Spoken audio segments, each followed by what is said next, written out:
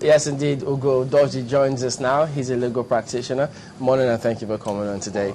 I mean, I was just saying before we came on, I mean, I remember Doji United and, oh dear, what? You know, how things just come up and before you know, they're gone. But anyway. Thank you. It's one of those things that existed in the past. Enjoyed while they lasted, if actually they were enjoyed. But this conference that we're talking about now, do you think it's just going to exist on paper in the past, sometime in the future? This is a very difficult question. It's a question we are pondering. But I think how long it will last depends on how we Nigerians take it. The power is with us. We can take a decision. You see, the problem with Nigeria is that at times when we decide, we'll leave it at the doorstep of those in authority, in quotes, whether they implement or not. But if the people can take a decision, checkmate the decision, follow up on the decision, I tell you the implementation is as good as the will of the people. It depends on the people. You know, we give up so easily.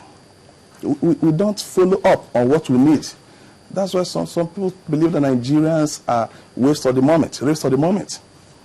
Today, the tempers are high, people are screaming.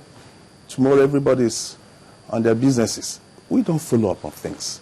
If we follow up on this, it will go like Puta finds. Give us more specifics and narrow it down to the electoral process. How should we approach it so that, I mean, it won't come across as though we give up easily? Yes, the way we approach is that the electoral process is a different ballgame. Electoral process is fought on party lines. There's always a winner and a loser. The winner believes that is the best and fairest election ever held anywhere in the world. And the loser will cry wolf even when he has lost gallantly, or should have lost gallantly. But in this very case, it should not be fought on party lines. Really? There will be interest. That's why when I heard that one political party said they will not be a part of it, I wasn't disturbed. I just believe all the other political parties will say they shouldn't be a part of it.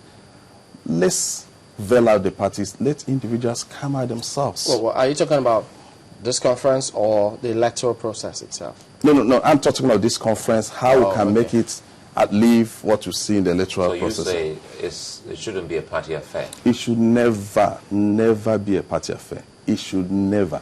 Part of our problems are these parties. So individuals should come forward and speak. That's what you're saying, or are you talking about ethnic nationalities? Ethnic nationalities should be there. Pressure groups, different interests. And for the first time, let's get down to the grassroots. For the very first time. How many people are registered with political parties?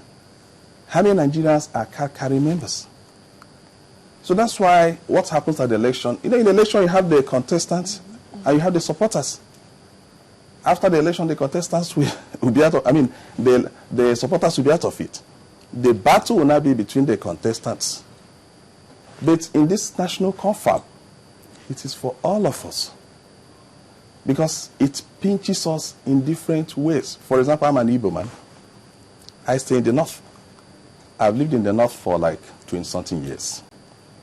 I can understand Nigeria much better than I would have if I had been living where I was born.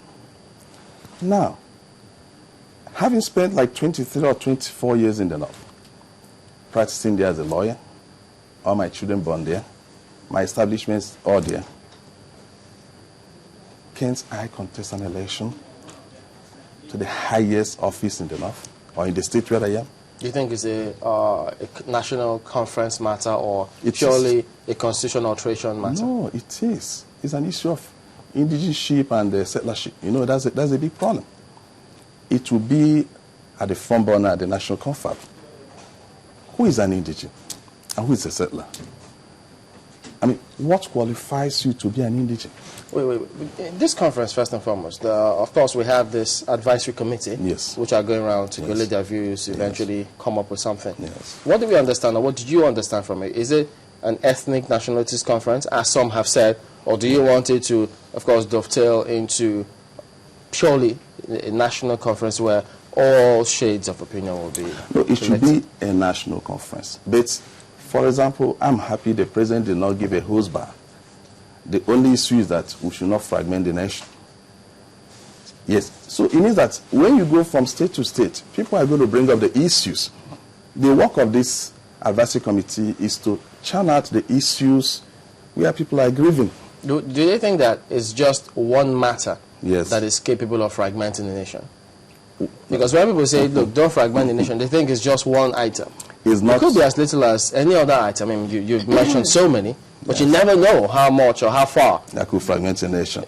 Yes, I know that the way Nigerians are burning, you can break a plate you need tomorrow out of anger. You know that? Yes, I've seen somebody smash the television because he doesn't love the program. And tomorrow he says, I want to watch a repeat of that program. And the television is no longer there. People are burning. People are burning. You see, when you see Nigeria the way they speak over it, you know that the anger has been inbuilt. It's not as if it's just coming now. Do you feel that kind of pause in the grassroots you talked about? Oh, there is so much, and their pause is that they're not being heard. They cannot be heard. Do you think, because some people might just say that it also boils down to a system of injustice? We're looking to this national conference to address grievances, as it were. Yeah. And that's something that a robust judicial system should have been able to give us.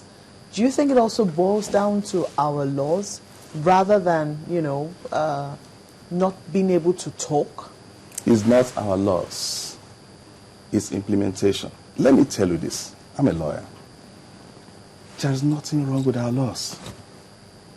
Everything is wrong with implementation. What about our constitution? Because everybody is hoping somehow that this will result in the birth of a new constitution, or that whatever it is we discuss will be put into the constitution. Yes. Do you think that there's something inherently wrong with our constitution as it is? Absolutely nothing. What then is the problem? If I tell absolutely nothing, I know that I'll grieve more people out there. Because, Nigerians, they make up their minds on issues. Many of them have not gone through this constitution. They don't know what is there. The problem is implementation. I'll give you an example. The problem of Nigeria predates Nigerian constitution. If you give us the American constitution, we'll still have a problem. You give us the best constitution, we'll still have a problem. Why? How? Yes. Okay, let me tell you. The foundation of Nigeria, we've not addressed it. What is that? It wasn't organic growth. It was a colonial fiat that brought us together. We have different nations in Nigeria, not homogeneous in any way. And again, like I heard Emubara speaking about traditional rulers and all that, they are relics of some of the problems we still have. For example, after the independence, we had 3 major tribes, led by Awolowo for the west, Sardauna for the north, and you had the Azikiwe, partly thereafter Okpara for the east. And then each of these nationalities were made to think Igbos first, then Nigeria later, Yorubas first, Hausas first. And the people were thought to see themselves first as maybe members of the tribe before they came in. And then you find that the people we are having here are all disciples of the regime we had in the beginning. So now Nigeria, including the current generation. Oh sure, you can't rub it off. And now someone sees himself forced as an ouster man, and whatever happens at the center, provided the north remains. Likewise, an Igbo man and a Yoruba man. These are some of the things that people will not want to say, because when you say it, a lot of people go for a jugular. But that's the truth. The foundation is not even who is the leader now. Manage your home. Is it very easy to manage your home? Your children are limited, maybe 4 or 5. You don't control what happens outside. You can be a good father of bad children. You can equally be a bad father of some good children. Things that play is the cycle of the people. They are the primordials that are still with us, which we'll have to really fight.